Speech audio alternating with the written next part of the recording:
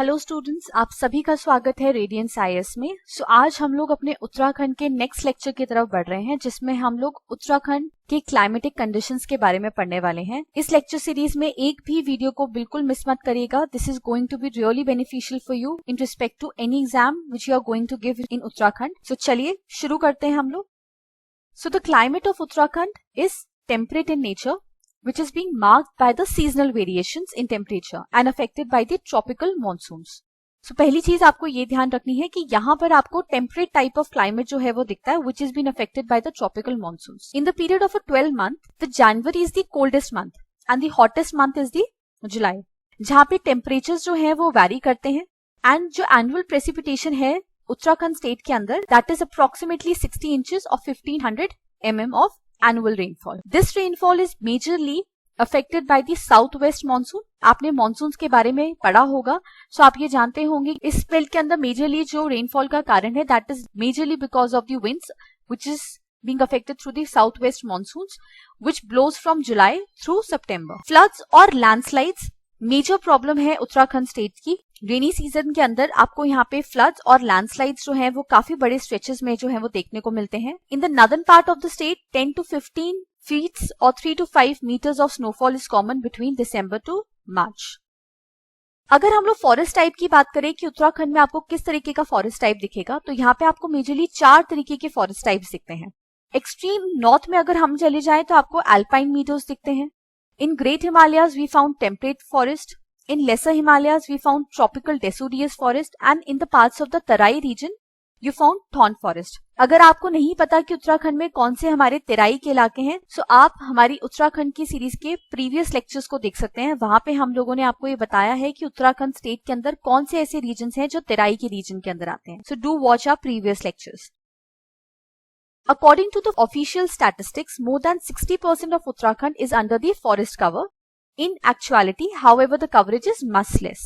तो documented जो है वो 60% है, but reality अगर हम लोग देखें, क्योंकि due to the rapid pace of urbanization, forest cover जो है वो बहुत तेजी से reduce होता जा रहा है। The forest provide the timber as well as the fuel wood. There is also an extensive grazing land for the livestock. Only a small portion of the state's total area has a permanent pastures. Common trees आपको जो temperate forest में दिखेंगी वो कौन कौन सी होंगी? Himalayan deodar, Himalayan pine, oak, silver fir, spruce, chestnut, elm, poplar, birch, yew, cypress and rhododendron.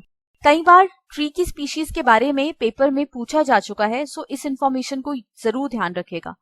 Then tropical deciduous forest कैसे दिखेंगे आपको? यहाँ पे साल, टीक एंड शीशम के पेड़ जो है वो आपको दिखेंगे, which are all the hardwoods occur in the sub mountain track. Thorn forest अगर हम लोग देखें, dhak, it is a type of a flowering tree, babool, a type of acacia and the various bushes occur in the southern reason.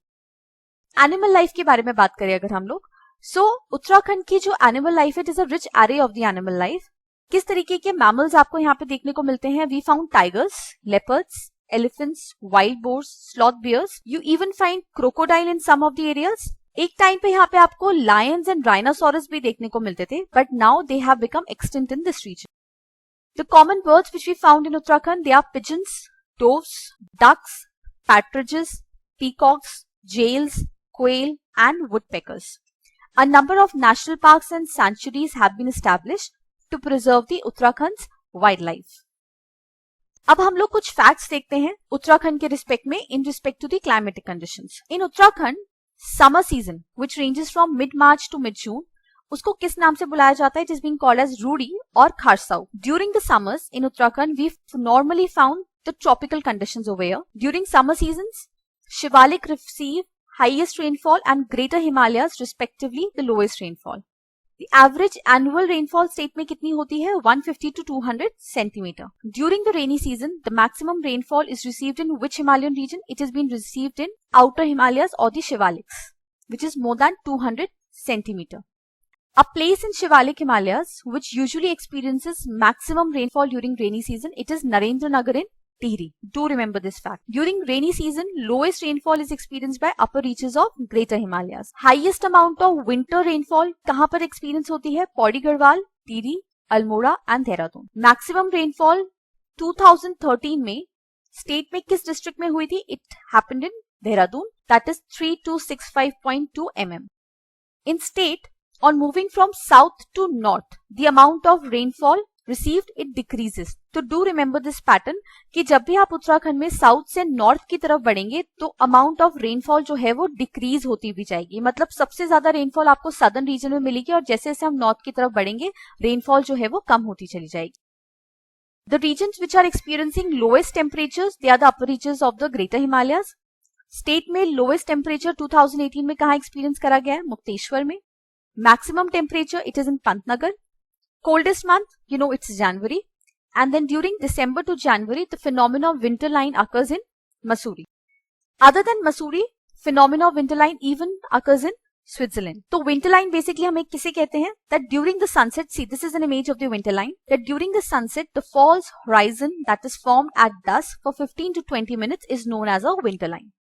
So next अब हम लोग पढ़ेंगे passes के बारे में. देखिए आपको पासेस ध्यान रखने हैं कि हमारी जो स्टेट है उसमें जो डिस्ट्रिक्ट्स किसी इंटरनेशनल बॉर्डर को शेयर कर रही हैं तो वो पासेस कौन कौन से हैं जो एक डिस्ट्रिक्ट से इंटरनेशनल बॉर्डर को शेयर कर रहे हैं, या फिर डिस्ट्रिक्ट्स में अगर इंटर डिस्ट्रिक्ट्स भी जा रहे हैं तो अगर कोई पासेस हैं तो आपको वो भी ध्यान रखने हैं. तो चलिए हम देखते हैं. Important passes between the Chamoli district and the Tibet. ये नाम आपको ध्यान रखने. इट इज नीति, किंगरी बिंगरी, माना और दुनकरिला, बालशा, शलशा, तांजुम, कोई, भुइंदर, चोरहोटी, लमल्याल और घतरियाल. तो ये पासेस आपको ध्यान रखने हैं which are between Chamoli and Tibet. Now the important passes between Pithoragarh and Tibet. They are Lipulekh Gunji, Dharma Navidura, Mansia Lampiya, Aunta and Jayanti.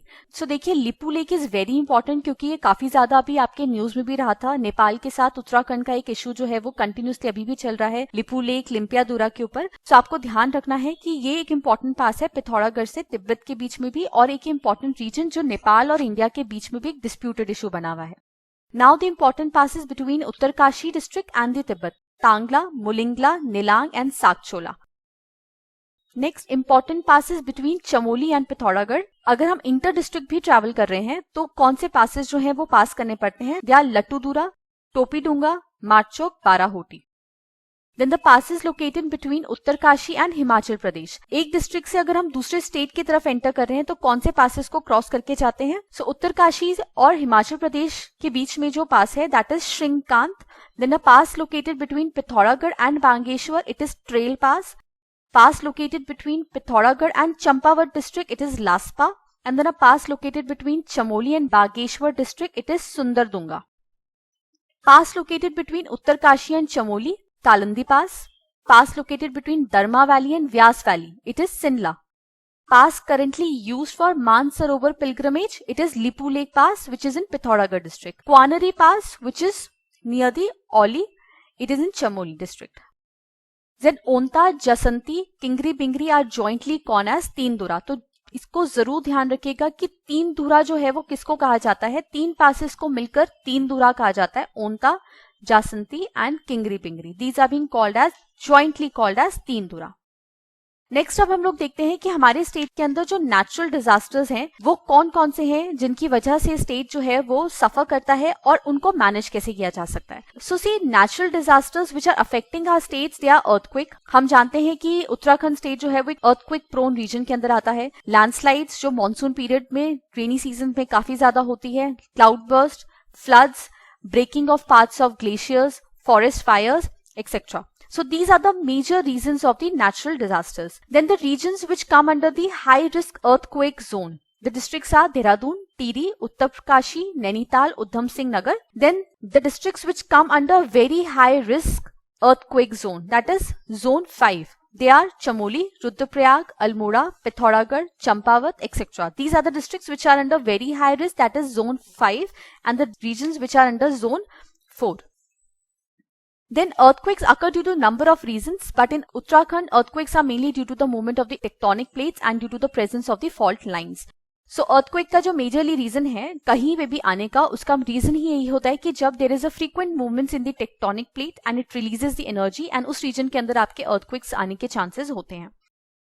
Mean central thrust line is a major geological fault line which is between the greater and the middle Himalayas. So in state, the main central thrust line जो है वो कहां से पास हो रही है, it is beneath the Tehri dam. तो ये बात आपको ध्यान रखनी है, दिस इज अ डेफिनेशन कि मेन सेंट्रल थ्रस्ट लाइन जो है वो मेजर जियोलॉजिकल फॉल्ट लाइन होती है जो ग्रेट और मिडिल हिमालयस के बीच में से जा रही है, और उत्तराखंड स्टेट के अंदर ये जो मेन सेंट्रल थ्रस्ट लाइन है वो टिहरी डैम के नीचे से निकल रही है।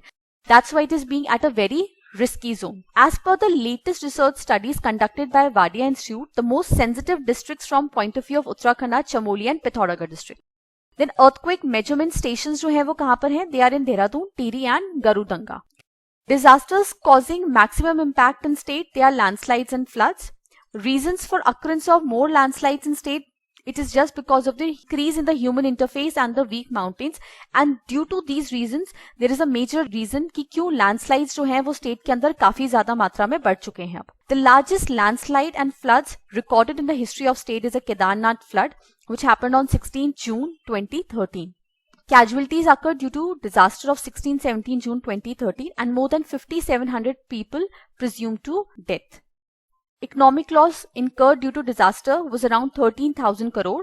The most affected region during the disaster was Kedar and Mandakini Valley, and the number of villages which were being affected due to the flood in the Kedarnath region, they were around 4,200 villages. The roads affected during disaster were 40 main roads, 501 connecting roads. Increase in length of Mandakini after the disaster, which was 5 km. और इस flood के आने के बाद जो operation launch किया गया था by the army, it was Operation Surya Hope. Very important. Now this portion has been even added in the school curriculum by CBSE under the title of Disaster in Uttarakhand, the Reign of Terror.